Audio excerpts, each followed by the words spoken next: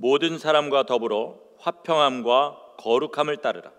이것이 없이는 아무도 주를 보지 못하리라. 너희는 하나님의 은혜에 이르지 못하는 자가 없도록 하고 또 쓴 뿌리가 나서 괴롭게 하며 많은 사람이 이로 말미암아 더럽게 되지 아니하며 음행하는 자와 혹 한 그릇 음식을 위하여 장자의 명분을 판 에서와 같이 망령된 자가 없도록 살피라.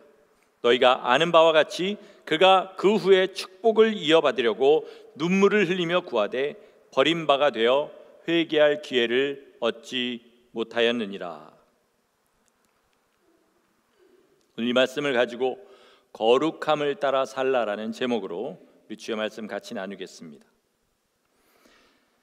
거룩은 우리 신앙생활의 가장 중요한 핵심 가치입니다. 목사나 선교사만 거룩해야 되는 것이 아니고 천국을 소망하는 모든 성도는 반드시 거룩해야 합니다. 거룩하지 않으면 성도가 아닙니다. 레위기 11장 45절에서 하나님께서는 이렇게 얘기하십니다. 나는 너희의 하나님이 되려고 너희를 애굽 땅에서 인도하여낸 여호와라. 내가 거룩하니 너희도 거룩할지어다. 이렇게 말씀하십니다. 여기서 너희는 모세와 아론과 제사장들이 아니라 이스라엘 모든 백성입니다. 애굽에서 하나님께서 구하여 내시고 홍해를 건너게 하시고 그리고 지금 광야의 길을 걷게 하시는 모든 이스라엘이 다 거룩해야 한다라고 말씀하시는 겁니다.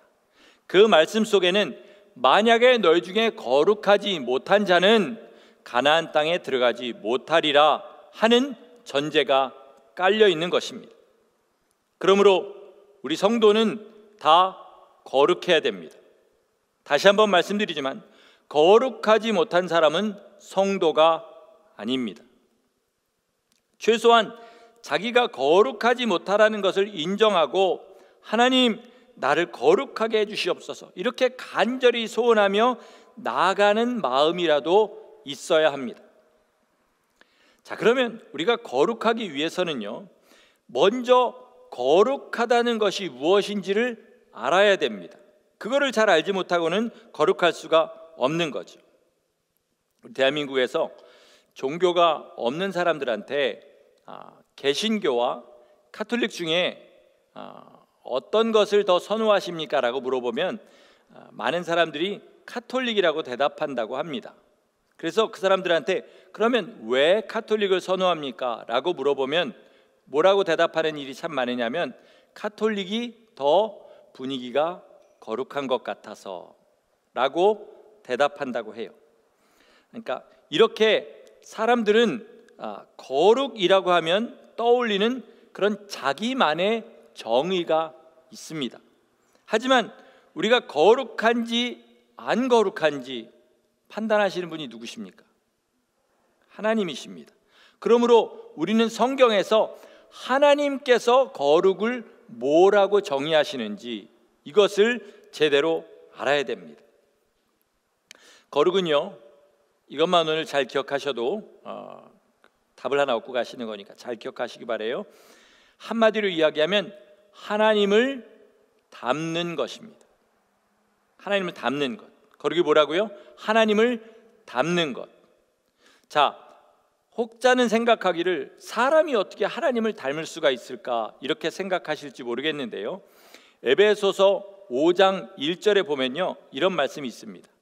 너희는 하나님을 본받는 자가 되라 이렇게 얘기합니다.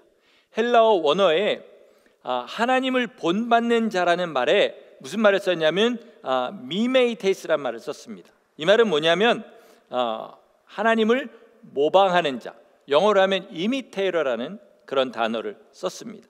그러니까 우리가 온전히 하나님처럼 거룩해지는 것은 참 어렵겠지만 그러나 하나님을 본받으려고 하나님을 따라하려고 온 힘을 다하는 사람이 되라, 바로 이런 말씀입니다. 왜 그럴까요? 천지간에 거룩한 분은 오직 하나님 한 분뿐이시기 때문입니다. 그렇기 때문에 거룩하려면 어떻게 해야 되냐? 하나님을 따라 해야 되는 거예요. 하나님을 따라 살아야 되는 거예요. 우리가 닮아야 되는 하나님의 그 거룩함은 뭐냐면요, 하나님의 성품입니다. 하나님이 전지전능하시지만 우리가 하나님처럼 전지전능할 수는 없어요. 그러나 무엇은 가능하냐? 하나님의 성품을 따라서 살 수는 있습니다. 우리 하나님께서는요, 온전히 의로우십니다. 하나님이 기준이십니다. 믿지 않는 사람들은요, 하나님, 이 세상이 이렇게 악한 것을 보니까, 또는 세상에 이런 어려운 사람들이 많은 걸 보니까 하나님 안 살아계시다 이렇게 이야기하는 사람들이 많지만요, 우리 성도들은 믿음의 첫걸음부터 마지막 걸음까지 분명하게 우리 입술로 선포해야 됩니다. 뭐라고요? 하나님은 온전히 의로우십니다. 그래서 사람이 하나님의 성품과 뜻을 알아서 그 하나님의 뜻을 따라서 하나님을 쫓아서 살려고 하는 것을 뭐라 그러냐면 성화라고 합니다. 성화, 영어로는 sanctification이라고 그러죠. 계속해서 씻어 나가는 거죠. 하나님 앞에 설 때까지 온 힘을 다하여 그분을 따라 살려고 하고 자기를 거룩하게 하려고 하고 성결하게 하려는 이것이 바로 뭐냐? 거룩해지는 것, 성화의 삶인 것입니다. 오늘 본문을 여러분이 잘못 이해하면요, 거룩하지 않으면, 온전히 거룩하지 않으면 하나님을 못 뵙는다 이렇게 생각하시기 쉬운데요, 본문의 말씀을 잘 보면 거룩함을 따라 살으라 이렇게 얘기해요. 거룩함을 따라 살라. 다시 말해서 날마다 거룩해지려고 힘쓰는 삶을 살아라. 하나님을 닮으려고 노력하는 삶을 계속 살아라. 바로 이런 말이에요. 마치 뭐와 같으냐면요, 우리가 마라톤 경주를 보면은 1등으로 끝까지 이렇게 쌩쌩하게 뛰어서 들어가는 사람도 있지만요, 저 뒤쪽으로 가면 정말 기다시피 하면서 그래도 포기하지 않고 그렇게 계속해서 달리는 사람이 있습니다. 그냥 밖에서 동네에 있는 사람보다도 더 못 뛴다 할지라도 그런 사람을 우리는 뭐라 그러면 마라톤을 경주하고 있는 사람이다 이렇게 얘기합니다. 마찬가지로 우리가 비록 하나님 앞에 연약하고 너무 죄인이지만 그럼에도 불구하고 나는 오늘보다 내일 더 거룩해지겠습니다. 하나님, 비록 내가 지금은 후진하고 있지만 나 반드시 전진해서 주님처럼 거룩해지기를 날마다 힘쓰겠습니다 라고 하는 사람, 이런 사람이 바로 거룩함을 따라 사는 삶이란 것입니다. 우리 찬송가에 그런 가사 있지 않습니까? 약하고 추해도 주께로 나가면 힘 주시고 내 추함을 다 씻어주시네. 그러니까 날마다 나 주님 약합니다, 주님 추합니다, 그러나 주님의 보혈로 나를 씻어주시고 주의 정결한 성품을 내게 허락하여 주옵소서. 이렇게 나가는 사람, 이 사람이 바로 거룩함을 따라 사는 사람이고, 그럴 때 주님께서 그 사람을 믿음 있는 사람, 거룩함을 따라 사는 사람으로 인정하시고 계속해서 힘과 은혜를 부어 주시는 것입니다. 오늘은 그럼 어떻게 사는 것이 거룩해지려고 힘쓰는 삶인지 이걸 나누려고 합니다. 잘 들으시고 오늘 아주 기본적인 이야기들을 하려고 하니까 우리 신앙을 바로 세우시기를 예수님의 이름으로 축원합니다. 가장 먼저 아실 것은요, 아까 거룩해지는 것이 영어로 뭐라 그랬습니까? sanctification이라고 그랬죠. sanctify라는 것은 씻어낸다라는 뜻입니다. 그러니까 더러운 것을 날마다 떨어내고 씻어버리는 삶이 바로 거룩해지는 삶입니다. 더러운 것을 방치하는 사람은, 알면서 방치하는 사람은 절대로 거룩함을 따라 사는 삶을 살 수 없습니다. 하나님은 아들을 보내셔서 죄를 용서하실 수는 있어도요, 죄를 있는 그대로 용납하실 수는 없습니다.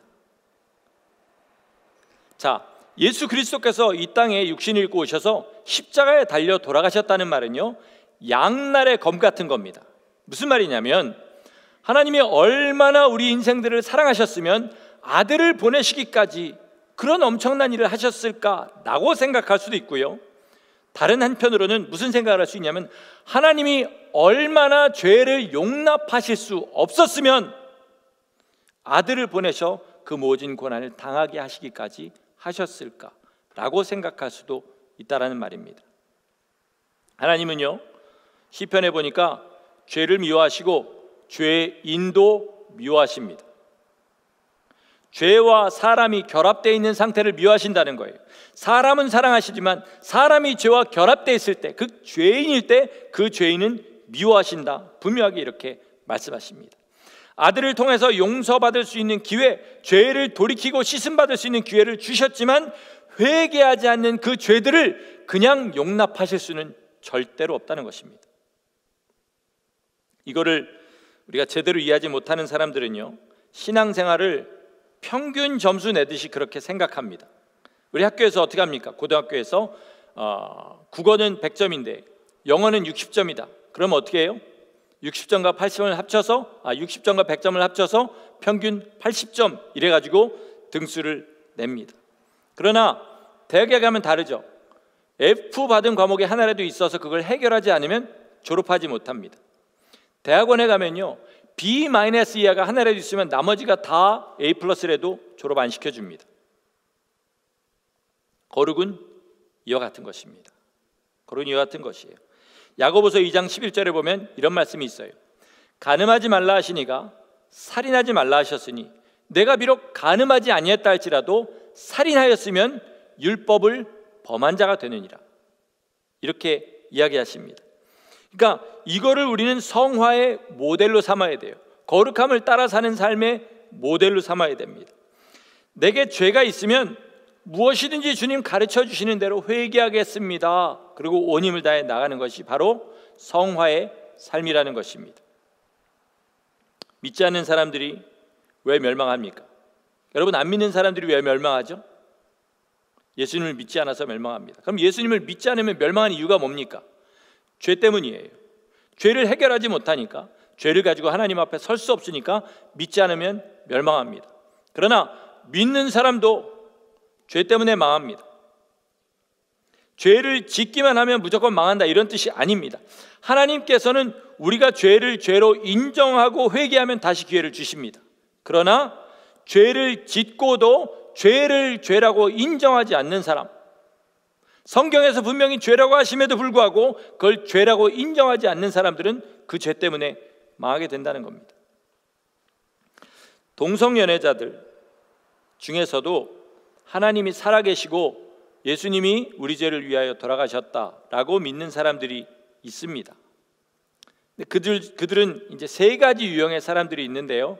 첫째는 어떤 사람들이냐면 동성연애를 버리지 않으려고 교회를 떠나는 사람들입니다. 두 번째는 어떤 사람들이냐면 교회 안에 여전히 있으면서 그 동성연애라는 죄 때문에 괴로워하지만 이걸 떠나지 못하는 사람들이에요. 세 번째는 어떤 사람들일까요? 동성연애가 죄가 아니라고 주장하면서 교회에 여전히 남아있는 사람들입니다. 세 가지 부류의 사람들이 있어요.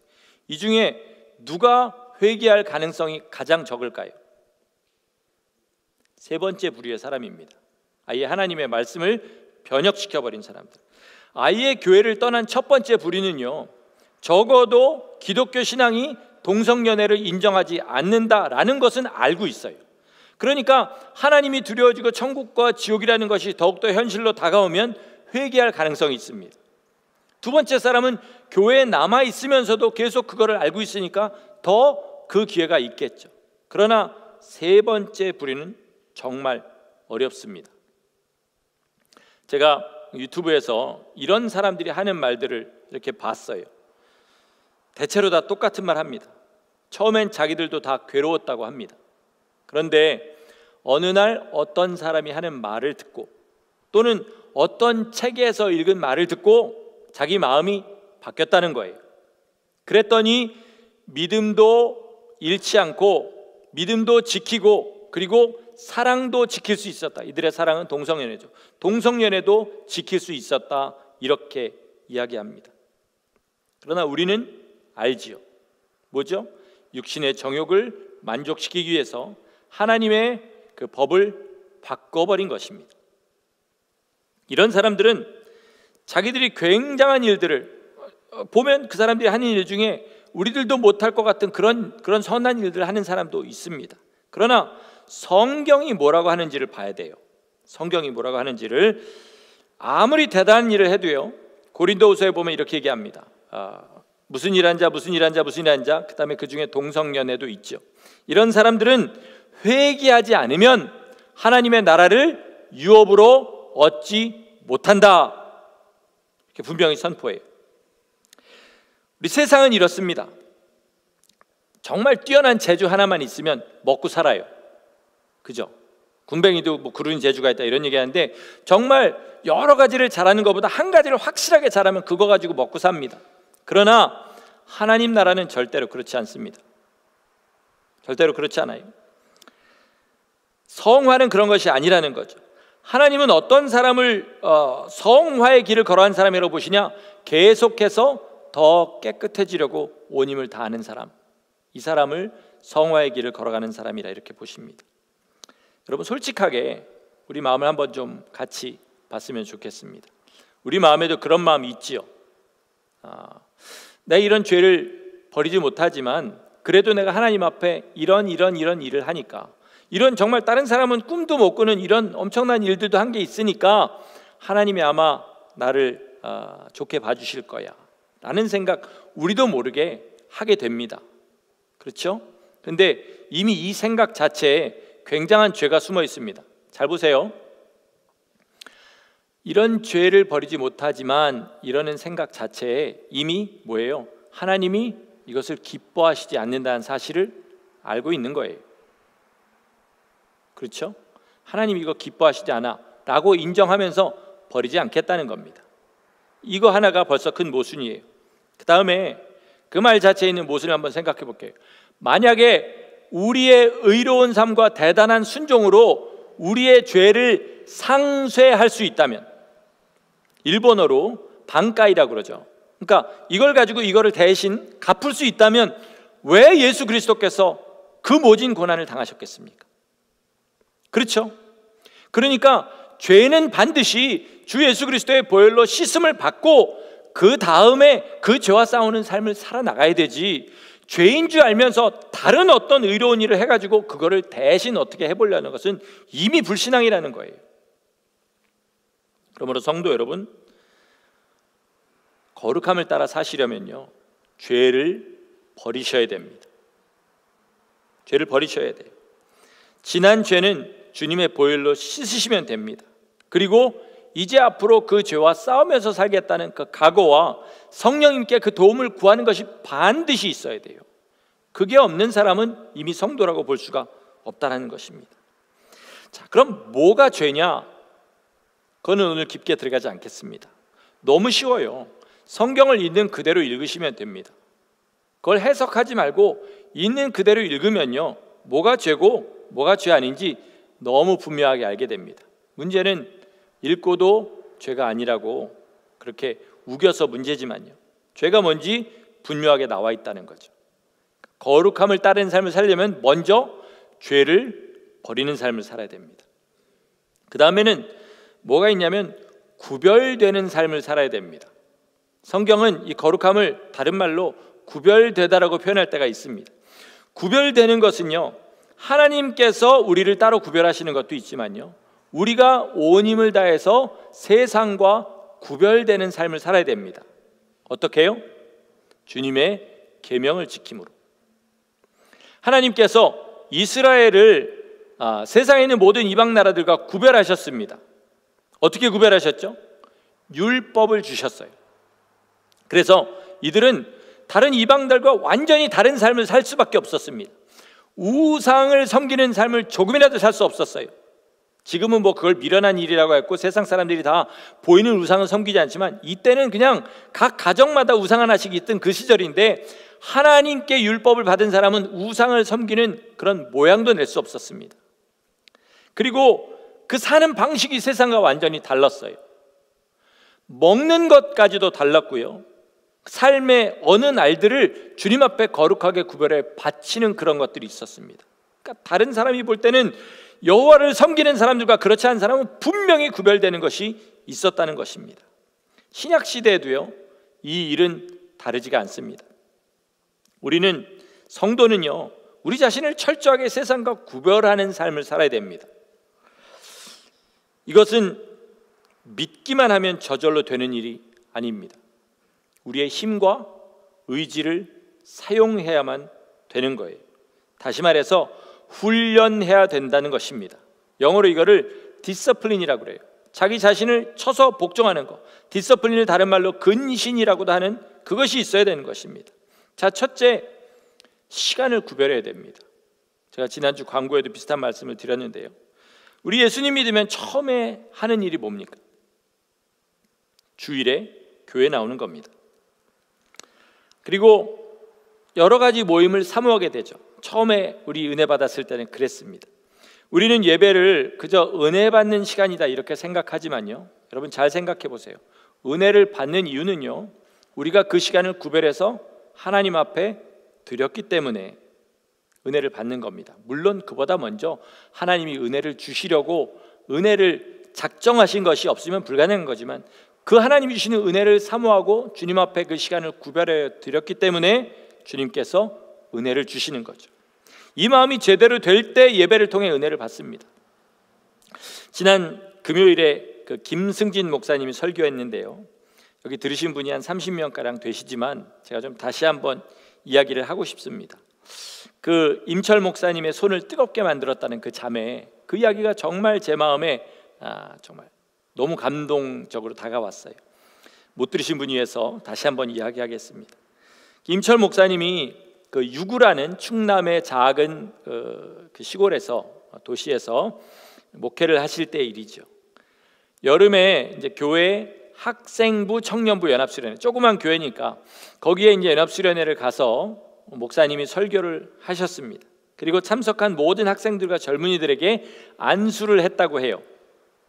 그런데 한 그 대학생 자매의 머리에 손을 얹고 안수를 하는 순간에 손이 너무 뜨거워서 견딜 수가 없었다고 합니다.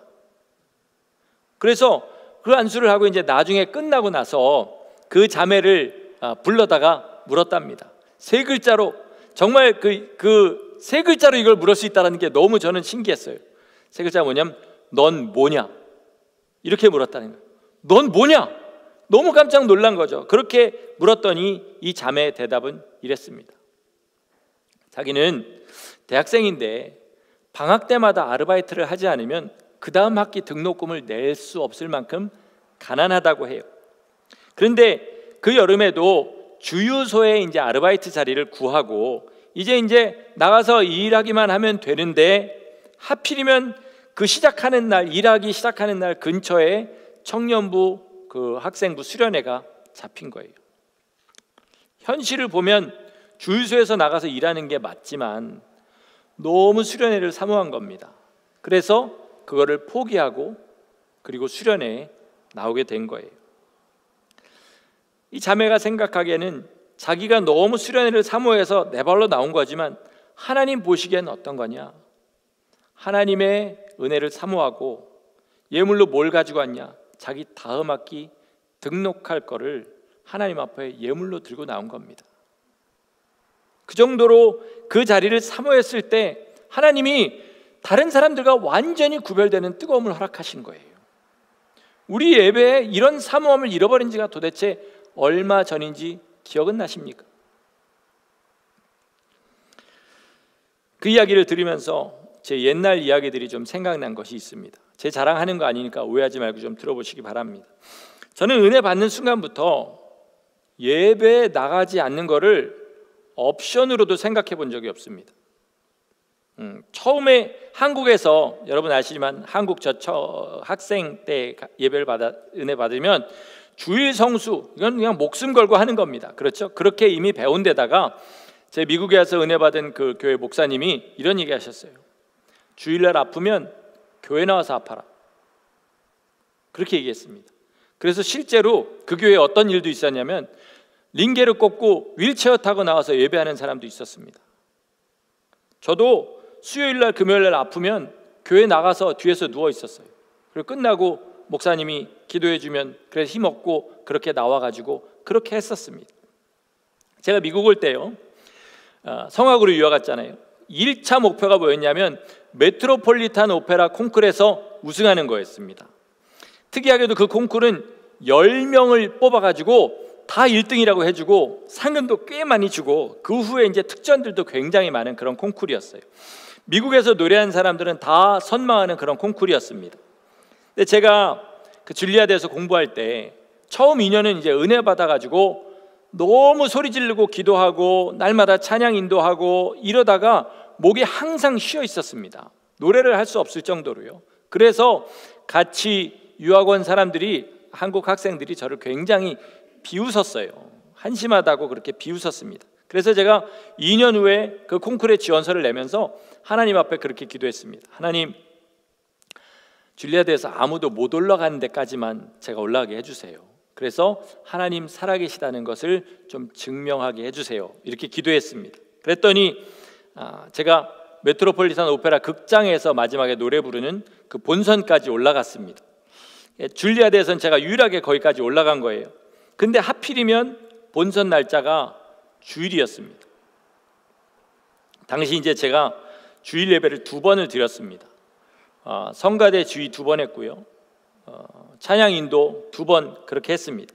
예배 시간이 2시간 가까이 됐어요. 그래서 아침 8시에 가서 다 끝내면 오후 1시 동안 중간에 화장실 한두 번 가는 것 빼고는 못하고 이제 그렇게 찬양 인도 다 하고, 그리고 주일 예배 다 드리고, 그 전에 금요일에도 몸살이지 않고 그렇게 했습니다. 그랬더니 목이 성할 리가 없겠죠.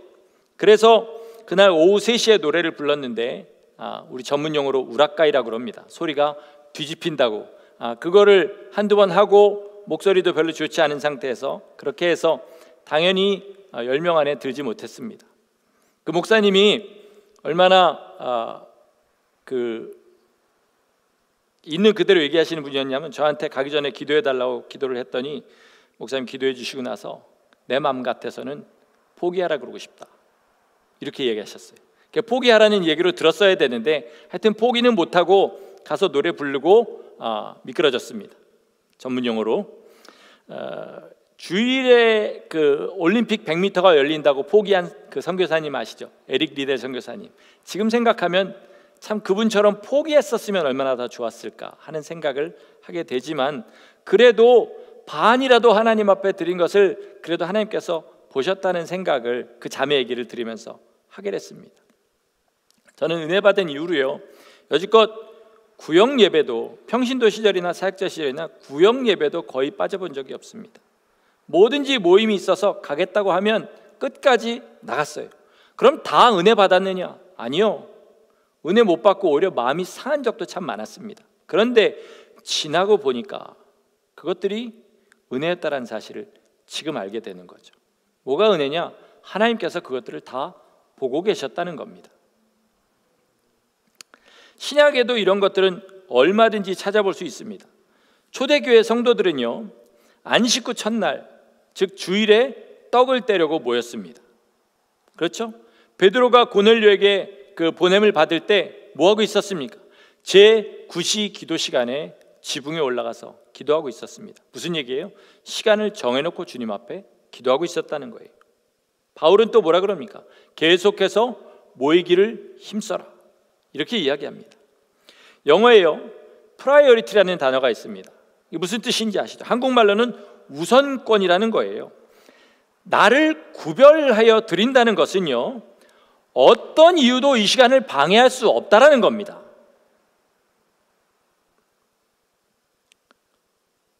가끔 보면 집에 손님이 와서 또는 이런저런 이유를 대고 예배를 안 나오는 그런 일들이 있습니다. 그러나 방금 말씀드린 대로 나를 구별해 드린다는 것은 이런 옵션 자체를 아예 생각하지 않는 겁니다.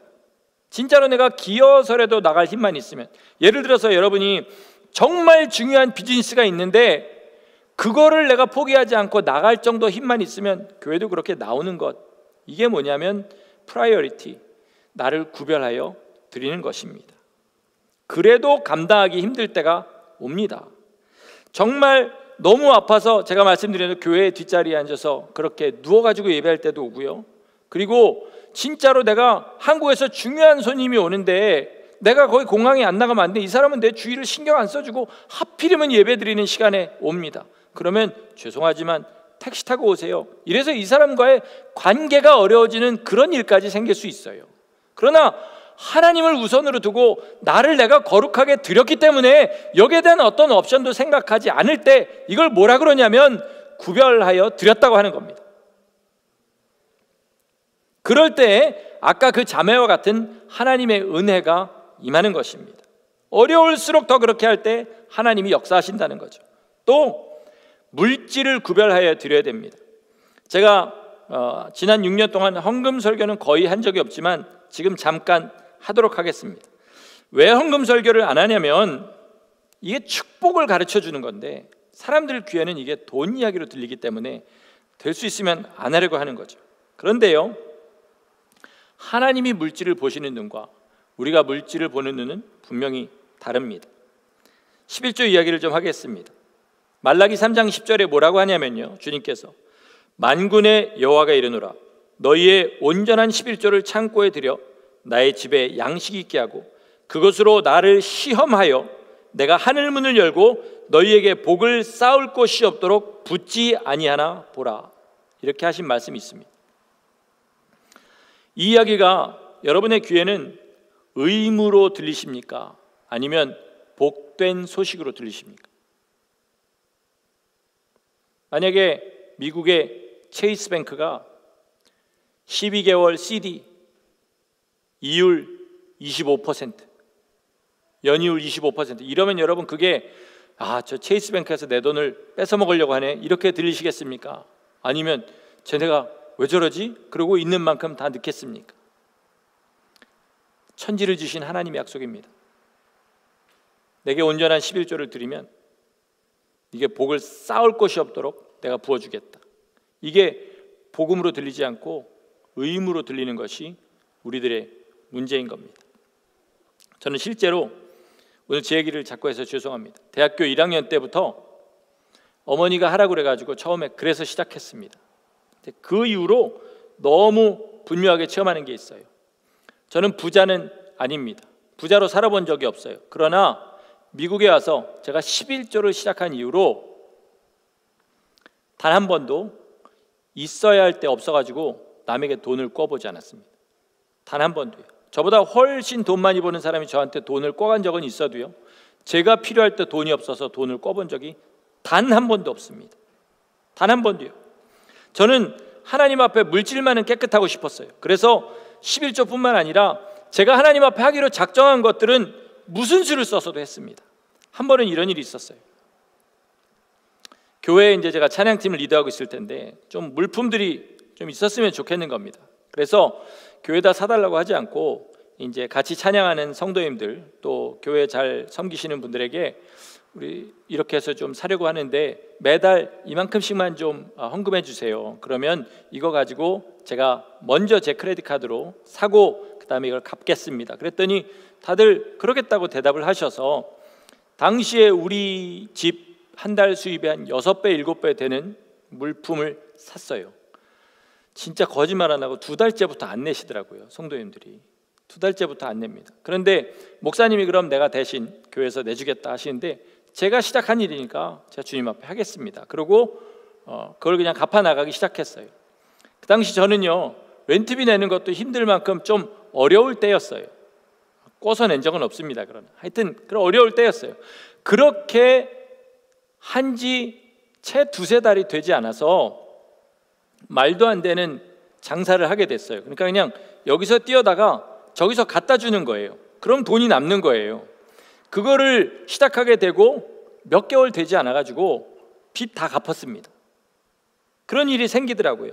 그리고 여러분 더 놀라운 사실이 뭔지 아십니까? 제가 그걸 가지고 10년을 먹고 살았는데요. 10년을 먹고 살았어요.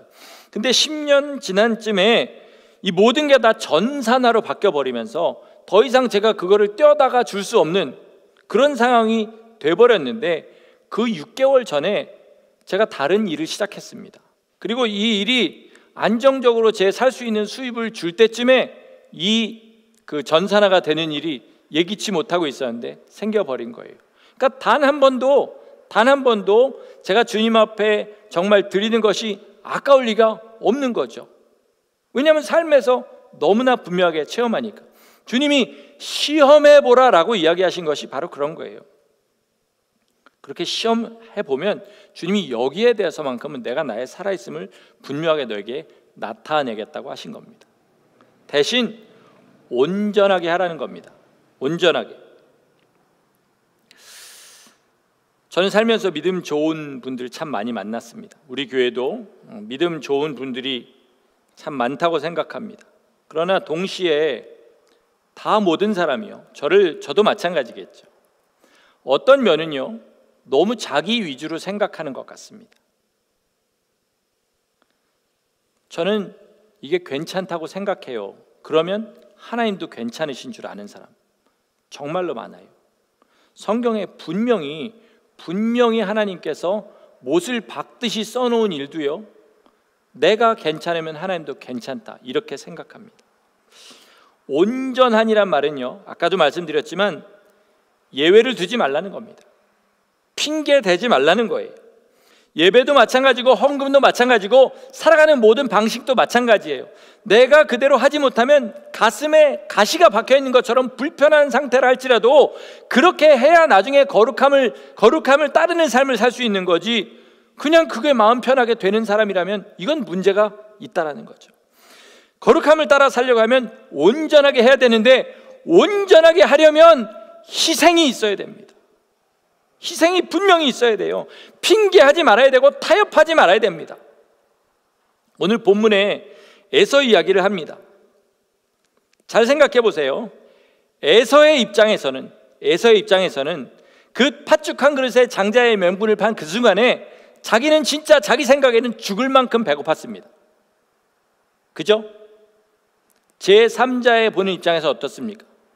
그 사냥을 3박 4일 동안 안 먹고 하지도 않았을 텐데 분명히 배가 고팠던 거였지 죽을 만큼 배고팠던 건 아니었습니다. 맞죠? 여러분 생각하실 때 그렇죠? 하나님의 입장에서는 설사 네가 죽는다 할지라도 그것만큼은 팔아서는 안 되는 거였던 겁니다. 그걸 겨우 팥죽 한 그릇에 그거를 팔았던 에서를 망령된 자다 이렇게 말씀하시는 거예요.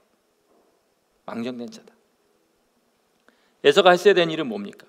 아무리 배고파서 죽을 것 같았어도 그 팥죽 한 그릇에 장자의 명분을 팔아서는 안 되는 거였습니다. 우리가 대는 핑계들이요, 다 에서가 배고파서 죽을 것 같다는 말과 똑같은 말들입니다.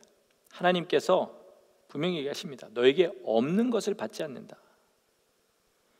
힘들 수는 있어. 그러나 못할 것을 요구한 것은 아니야.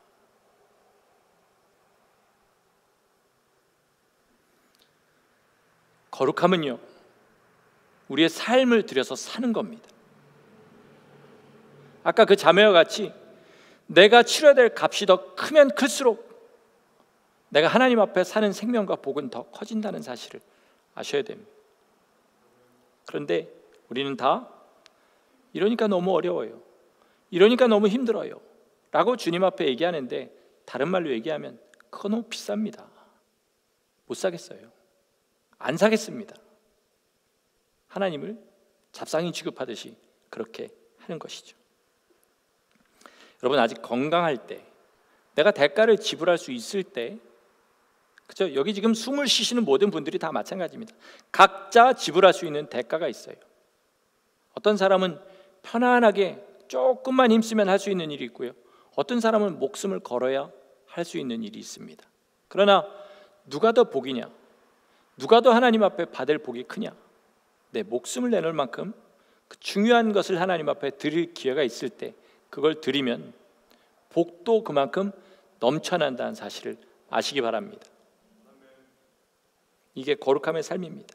부모가 살아계실 때가 효도할 수 있는 데인 것처럼 우리가 지금 숨쉬고 아직 내가 주님을 위하여 피를 흘려드릴 수 있을 때, 아직 내가 주님을 위하여 뭔가를 손해볼 수 있을 때, 아직 내가 주님을 위하여 내 자존심을 버릴 수 있을 때가 언제냐? 거룩함을 따라 살 수 있는 기회의 때인 것입니다. 말씀을 마치겠습니다. 오늘 말씀을 정리합니다. 거룩함을 따라 살려면요, 우선 더러운 것들, 죄들을 우리 삶에서 씻어버려야 됩니다. 그건 오직 죄를 죄라고 인정할 때 가능하고요, 그리고 다시는 이 죄를 주님 앞에 짓지 않겠습니다라고 각오할 때 가능합니다. 주님 앞에 갈 때까지 이 일을 계속해야 됩니다. 그리고 시간을 구별하여 드리고 물질을 구별하여 드려야 됩니다. 그리고 그게 다가 아니라 내 삶 전체를 구별해 하나님 앞에 드리는데, 그것은 무엇이냐? 하나님의 계명을 따라 사는 것입니다. 지옥을 면하는 구원은 거저입니다. 우리는 아무것도 한 것 없이 받았어요. 그러나 거룩해져서 하나님처럼 되는 것은 우리의 인생을 다 팔아야 살 수 있는 가장 가치 있는 것입니다. 이것을 아는 것이 거룩함을 따라 사는 삶의 시작입니다. 여러분, 거룩함을 따라 살아서 우리 마지막 길에서 주님과 같은 모습으로 주님을 배울 수 있는 주의 복된 성도들 되시기를 예수 그리스도 이름으로 간절히 축원합니다. 아멘. 기도하시겠습니다. 하나님 아버지, 감사합니다. 어떻게 우리같이 더러운 자가 하나님처럼 거룩하여질 수 있는 기회를 얻었는지 주님, 이것을 생각할 때마다 주님 앞에 감사하는 우리들이 되도록 역사하여 주시옵소서. 때로는 하나님, 이것들이 너무 무거워서 우리도 모르게 불평하고, 또는 죄를 짓고도 마치 이것은 죄가 아닌 것처럼 혼자서만 그렇게 주님 앞에 아버지 모른 척하는 그런 삶을 살아가는 우리를 제대로 보게 하여 주시기를 원합니다. 그리하여서 정말 주님처럼 되기를 간절히 사모하고, 내 삶에 어떤 것을 들여서라도 주님을 기쁘시게 하고 거룩함을 따라 사는 삶을 살기를 작정하는 우리 모두 되게 하여 주시옵소서. 눈물로 주님 앞에 회개하며 지난날의 나의 죄를 진심으로 후회하고 남은 삶 그 죄와 싸우며 살겠습니다 작정할 때 주께서 기뻐 받으시는 그 삶의 예배를 우리 항상 주 앞에 드리게 하여 주시옵소서. 거룩함을 허락하신 우리 주 예수 이름으로 감사하며 기도드렸습니다. 아멘.